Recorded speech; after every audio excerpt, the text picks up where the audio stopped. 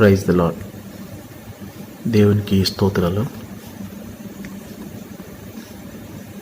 ప్రియులరా, దేవుని ప్రజలరా, బాగున్నారా? ఈరోజు ఆదివారం దేవుని మందిరంలో ఆరాధన లేకుండా ఇలా ఆన్లైన్లో లేక ఈ మీడియా ద్వారా మీతో కలుసుకుంటున్నందుకు కొంచెం అసంతృప్తి ఉన్నప్పటికీ నిజానికి దేవుడు మనకిచ్చినటువంటి ఈ అవకాశాన్ని బట్టి సంతోషిస్తున్నాను. మరి దినములు భయంకరంగా ఉన్నాయి. ఈ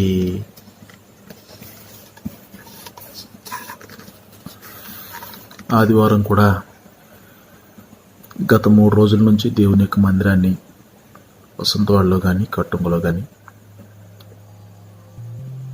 మూత వేసి ఉంచవలసినటువంటి పరిస్థితులు మీకు ముందుగానే ప్రకటించడం జరిగింది. దేవుని యొక్క చిత్తాన్ని బట్టి, ఆయన మనకిచ్చినటువంటి ఆలోచనను బట్టి నేను ముందుగానే సమస్యను ఊహించి గత వారం ఈ వారం కూడా మందిరాన్ని తెరవకుండా మిమ్మల్ని ఇంటి దగ్గరే ప్రార్థించమని కోరటం జరిగింది. బిడ్డలైన వారు నా మాట ఆలకించున్నారని నేను నమ్ముచున్నాను. ఈ భయంకర దినాల్లో మందిరాలు మూతబడి ఉన్నటువంటి సమయంలో ప్రతి ఇల్లు కూడా మందిరం కావాలి, ప్రతి ఇంట్లోనూ కుటుంబ ఆరాధన జరగాలి, ప్రతి ఇల్లు కూడా దేవుని యొక్క సన్నిధిలాగా మారాలి అనేది దేవుని చిత్తమైనదని మనం గ్రహించాలి. పరిస్థితులను బట్టి చాలా చెడు దినాలు మనము చూస్తున్నామని అర్థమవుతుంది. అయితే బిడ్డలారా, ప్రస్తుతం ఉన్నటువంటి పరిస్థితులను మనం గమనిస్తే ఈ వ్యాధి భయంకరంగా ప్రబలిపోతుంది. మరి ప్రపంచంలో దాదాపుగా 250 దేశాల్లో ఈ కరోనా వ్యాధి ప్రబలిపోతూ ఉంది. మన దేశంలోనే ఇప్పటివరకు దాదాపుగా 13 లక్షల చిల్లర కేసులు మనము చూస్తూ ఉన్నాం. ఇంత భయంకరమైనటువంటి ఈ రోజుల్లో ఉన్నటువంటి మనము గమనించాలి, చాలా జాగ్రత్తగా ఉండాలి. మరి వచ్చే సెప్టెంబర్ నెల నాటికి మన భారతదేశంలోని దాదాపుగా 1 కోటి మంది కరోనా వైరస్ వ్యాధికి గురవుతారని మరి సాంకేతిక లేకపోతే మన ప్రభుత్వం వారు అంచనా వేస్తున్నారు. కాబట్టి ఈ పరిస్థితుల్లో సంఘమైనటువంటి మీరు, విశ్వాసులు, స్నేహితులు అందరూ కూడా బహు జాగ్రత్తగా ఉండాలని నేను కోరుతూ ఉన్నాను. మాస్కులు ధరించండి, శానిటైజర్తో చేతులు ఎప్పుడు కూడా శుభ్రం చేసుకుంటూ ఉండండి. మీరు ఎప్పుడూ కూడా పరిశుద్ధంగా ఉండటానికి ప్రయాసపడండి. ఇలాంటి పరిస్థితులు సంభవిస్తున్నప్పుడు బైబిల్ గ్రంథంలో మోషే కాలంలో నిర్గమకాండ గ్రంథంలో 7వ అధ్యాయం నుంచి 12వ అధ్యాయం వరకు జరిగినటువంటి సంఘటన నాకు గుర్తుకొస్తూ ఉంది. అందులో మనం చూస్తున్నప్పుడు ఇశ్రాయేలీలు దాదాపుగా 430 సంవత్సరాల కాలం నుంచి ఐగుప్తు దేశంలో దాస్యం చేస్తూ ఉన్నారు. దాస్యం అంటే వెట్టి చాకరీ. వాళ్ళు ఇటుకలు తయారు చేయాలి. వారు తయారు చేసినటువంటి ఇటుకలు లెక్క అప్పచెప్పాలి. ఆ ఇటుకలు తయారు చేస్తేనే వారికి ఆహారం ఉండేది.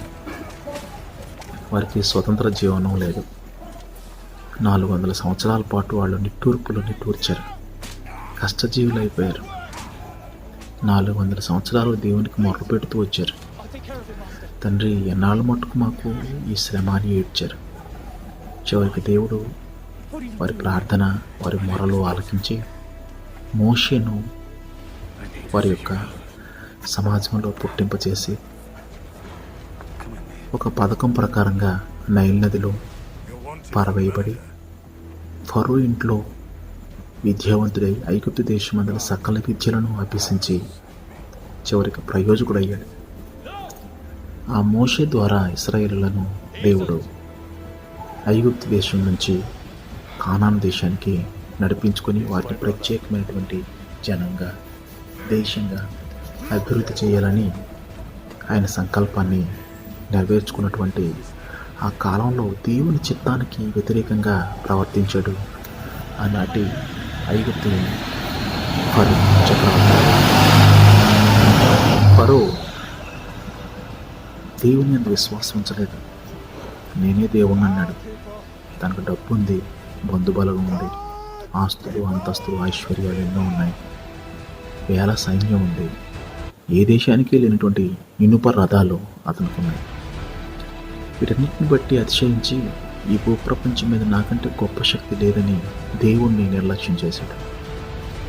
దేవుణ్ణి నిర్లక్ష్యం చేసి నేనే దేవుణ్ణి అనే స్థాయికి వచ్చేసాడు. ఆ పరిస్థితుల్లో మోషే 40 సంవత్సరాల వాడై ఎదిగాడు.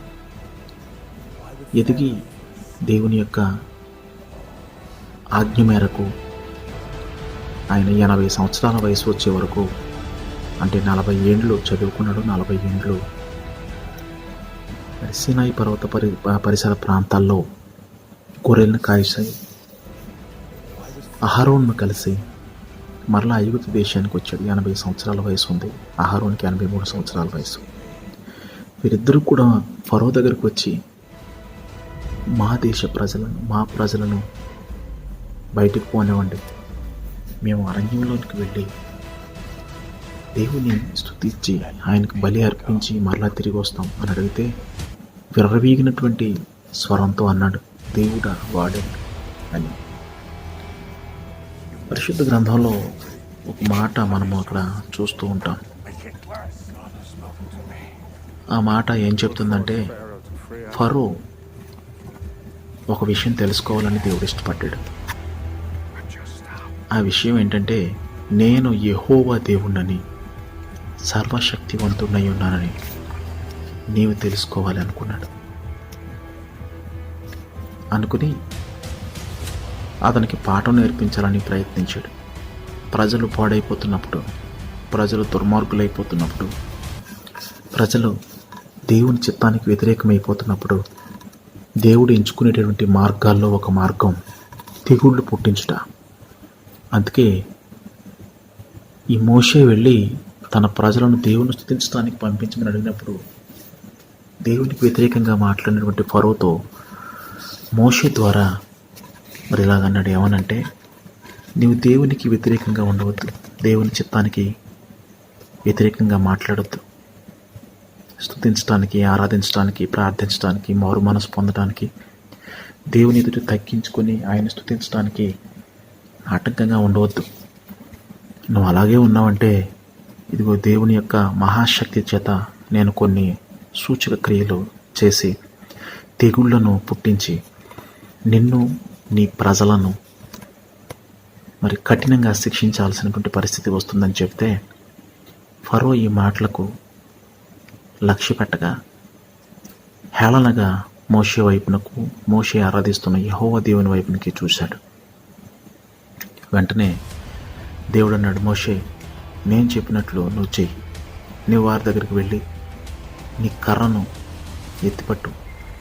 ఐగుప్తు దేశమందలి నదుల వైపునకు, చెరువుల వైపునకు, ఐగుప్తు దేశంలో ఉన్న ప్రతి కాలువలు, ప్రతి నీటి బొగ్గల వైపునకు నీ కర్రనెత్తుము. కర్రనెత్తి అలా చాపి ఉంచు, నేను వాటన్నిటిని రక్తంగా మార్చేస్తాను అన్నాడు.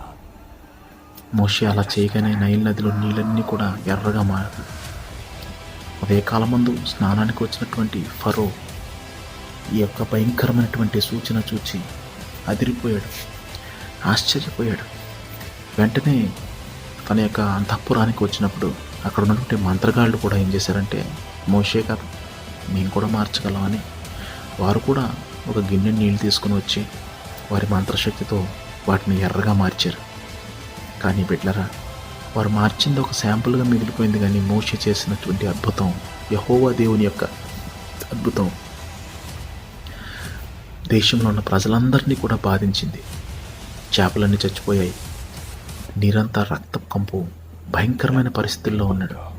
ఇలాంటి పరిస్థితుల్లో ఉండి అతను దేవుని లెక్క చేయలేదు, ఎందుకంటే మాకు మంత్రగాళ్ళు ఉన్నారు అని. చాలాసార్లు దేవుడు అద్భుతాన్ని చేస్తున్నప్పుడు, దేవుడు సూచక క్రియలు మహత్కార్యాలు చేస్తున్నప్పుడు దేవునికి వ్యతిరేకంగా ఉన్నటువంటి ఒక మోకకు కొన్ని ఆధారాలు ఉంటాయి. వారు కఠినపరచబడటానికి కొన్ని అవకాశాలు వారికి ఉంటాయి, వారి రుజువులు వారికి ఉంటాయి. కానీ అవి నిలబడేవి కాదని అర్థం చేసుకోకముందే మరొక నష్టం జరిగిపోతూ ఉంటుంది. అయితే ఇది ఎలా ఉంటూ ఉండగా ఫరో మరింత కఠినమైపోయాడని దేవుడు గ్రహించి మోషేతో మరలా చెప్తాడు, నీవు వాళ్ళ వైపు నాకు నీ కర్రను మరొకసారి ఎత్తి చూపించమని చెప్పగానే అహరోను అటు విధంగా చేసిన వెంటనే ఐగుప్తు దేశం అంతటి మీదకి కప్పలు గుంపులు గుంపులుగా రావడం ప్రారంభమవుతాయి. ఎన్నో కప్పలు, వేల కప్పలు, లక్షల కప్పలు, కోట్లాది కప్పలు పడుకున్న ఇంట్లోనూ, ఊర్లోనూ, కూర్చున్న చోట, నుంచున్న చోట, పొలాల్లో, చెరువుల్లో, అంతఃపురంలో ఎక్కడ చూసినా భయంకరమైనటువంటి సంఖ్యలో లెక్కకు మించిన కప్పలు వచ్చేసాయి. ఈ కప్పలు భయంకరమైనటువంటి న్యూసెన్స్ చేస్తూ ఉన్నాయి. అయితే ఈ విషయాన్ని అందరూ గమనించిన వెంటనే ఫరో అంతఃపురానికి వెళ్ళగానే ఫరో మంత్రగాళ్ళు కూడా కొన్ని కప్పలను చేశారు, 2-3 కప్పలను.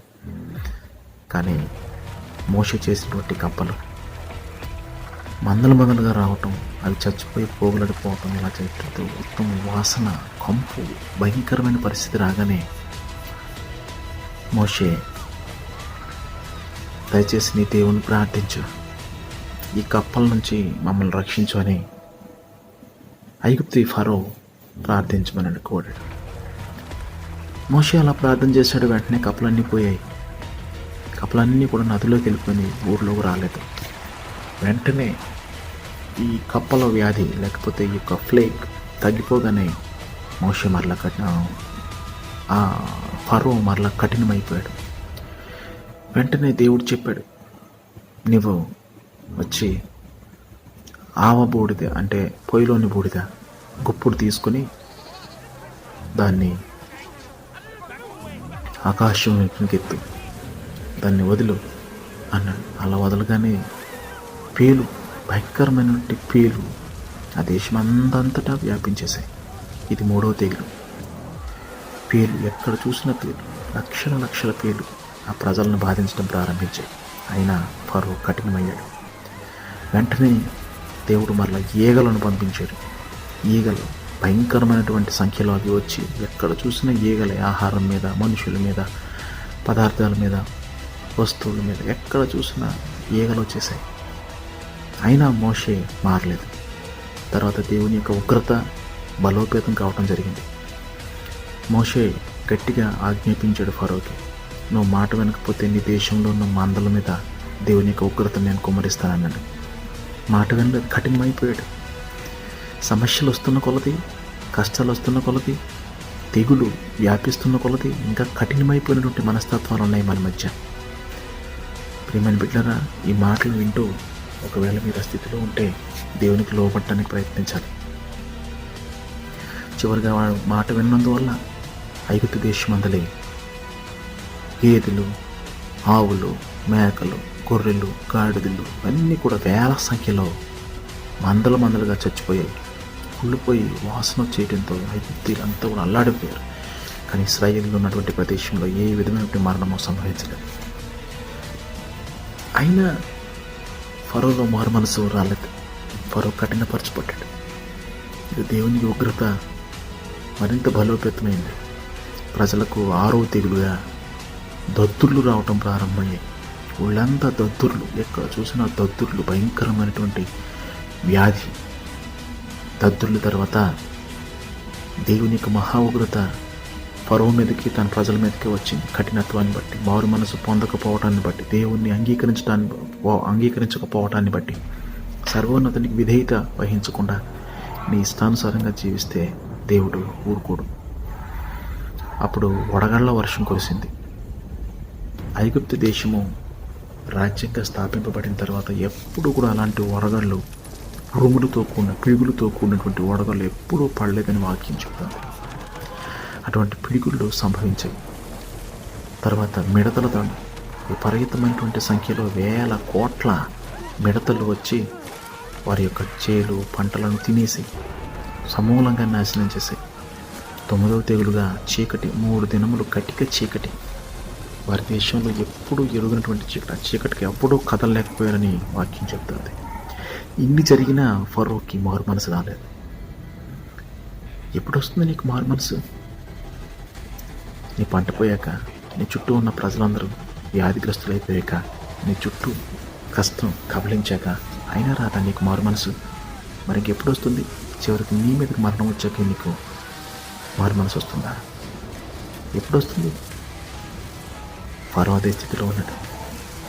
ఫరో మొత్తం భయంకర స్థితికి చేరిపోయాడు.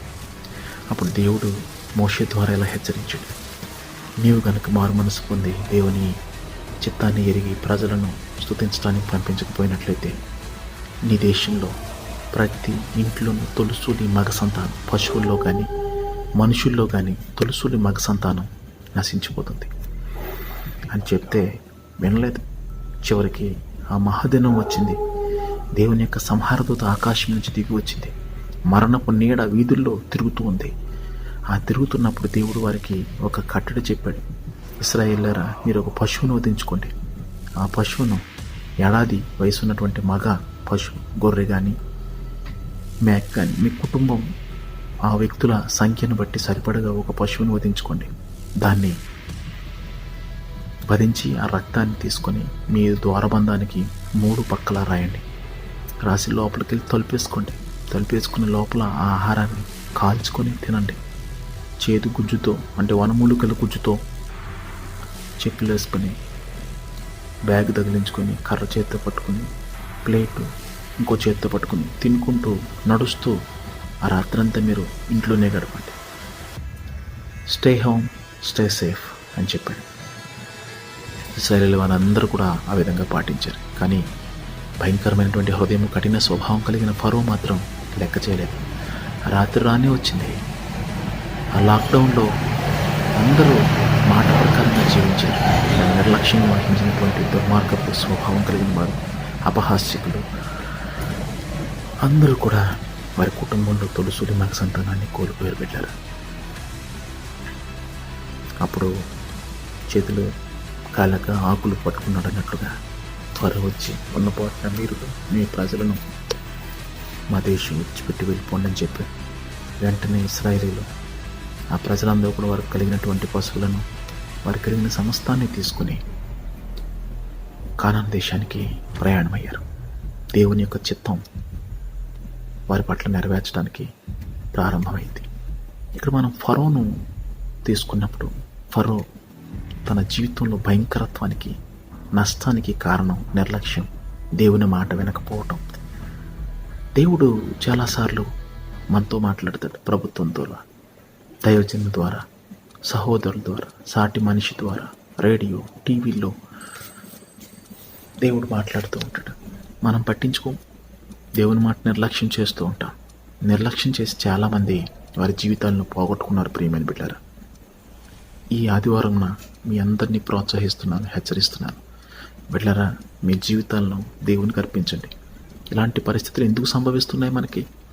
ఎందుకు ప్రపంచం అంతా ఇంత కల్లోలంలో ఉంది? ఎందుకు మనకి విపత్తు? ఎందుకు మనకి తెగులు? ఎందుకు మనకి రోగం?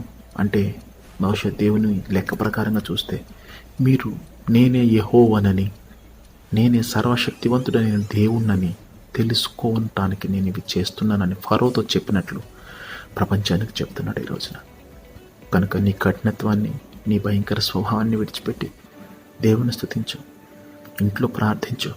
నీ భార్య, నువ్వు, నీ పిల్లలు సమృద్ధిగా తిని నీ కుటుంబంలో క్షేమంగా ఉండి కొన్ని దినాలు దేవుని గురించి ఆలోచించు.